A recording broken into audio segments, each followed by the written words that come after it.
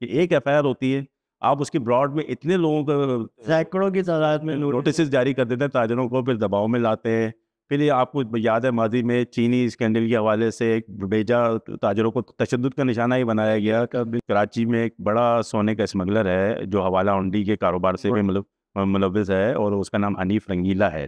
حنیف رنگیلا. جی. اور ماضی میں اس کے خلاف اسٹیٹ بینک سرکل میں حوالہ منڈی کے حوالے سے بہت زیادہ شکایات موجود تھیں. لندن لیب کے نام سے ایک جیولری کی شاپ ہے جس میں چھاپا مارا گیا تھا, اور اس سے بڑے پیمانے پہ کرنسی بھی برآمد ہوئی تھی, اور سونا تو ظاہر جیولری کی شاپ تھی تو وہاں سے بھی برآمد ہوا. 2 کلو سونا اور تقریباً 30 کروڑ روپے جو ہے وہ پاکستانی برآمد. لیکن ایف آئی آر میں 1 کروڑ 30 لاکھ روپے شو ہوا ہے, اور سونا جو ہے وہ اس کی ایف آئی آر میں کہیں بھی اس کا ذکر نہیں. کیونکہ وہ تاجر, انہیں ظاہر ایف آئی اے سے وہ کس طرح لڑ سکتے ہیں, انہیں ڈرایا دھمکایا جاتا ہے کہ ابھی تو آپ کے اوپر ہلکا کیس بنایا گیا ہے, ابھی اور مزید بنا دیا جائے گا.